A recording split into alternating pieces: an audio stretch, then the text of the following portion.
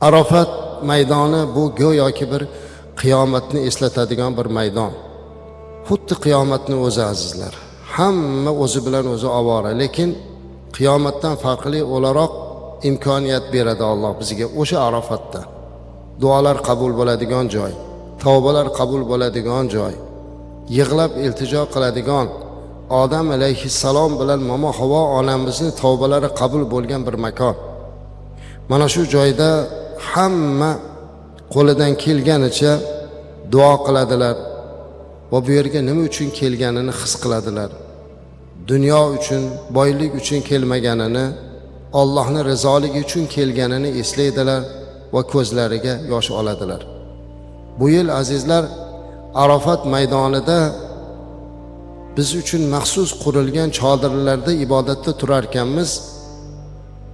Bu yil ancha yaxshi fazilatlik tarixiy voqealarga guvoh bo'ldik. Birinchisi, bir necha yillardan beri Arafat maydonida to'plangan hojilarni bitta imomga iqtido qildirishlikni hech chorasini ko'ra olmas edik. Chodirlar har xil joylanib, markaziy imom turadigan masjiddan boshqalar oldinga o'tib qolar edi. Bu yil juda qattiq harakat qildik. Allohga shukr, prezident hojilari bor, ya'ni 100 ta, 15.100 ta hoji bir mahalda bitta imomga iqtido qilib peshin va asr namozini jamlab o'qidik. Shaxsan meni o'zim mana shu xizmatga kelganimdan beri hammani birlashtirishlikka, yelkadosh bo'lishlikka, ibodatni birga qilishlikka harakat qildiryapman. Mana xatmlarni ham bir paytda qildirishligimiz, hamma masjidda bir xil bo'lishligi, hatto duolarni ham bir mahalda bo'lishligi bu mo'min musulmonlarning bir-biriga muhabbati, ittifoqchiligi ortishligini orzu qilish. Ayni mana shu masalada bu yil Arafat tog'ida ham o'sha joyda o'tirib 15.000 hamma bir paytda duo qilindi. Bir paytda namoz o'qilindi. Bitta imomga iqtido qilindi. Allohga shukr.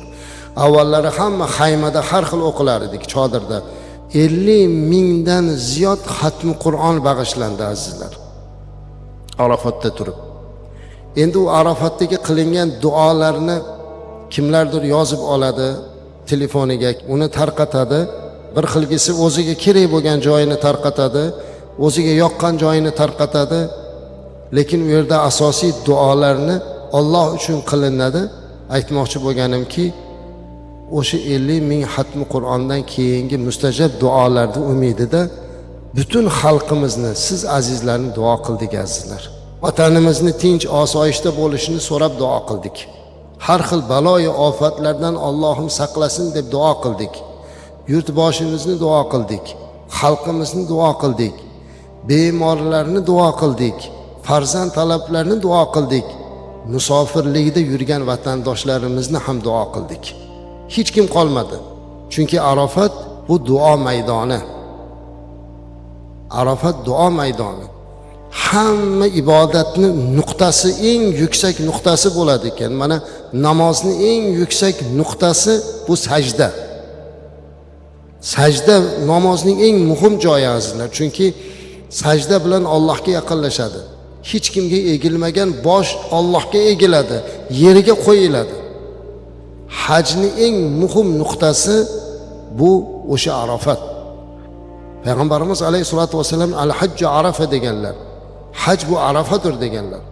Shuning uchun o'sha Arafatda turib duolar qilinish kerak. Duolar qabul bo'ladi, shubhasiz qabul bo'ladi. Ana o'sha joyda bizlar 50.000 marta o'qilingan Qur'onda xatmisini bag'ishlar ekanmiz. Siz azizlarni, yurtdoshlarimizni, dindoshlarimizni va butun dunyoni haqqiga duo qildik. Allohim bu duolarimizni qabuliyatini umid qilib turamizki, inshaalloh bu yil yurtimiz yanada barakatli bo'ladi.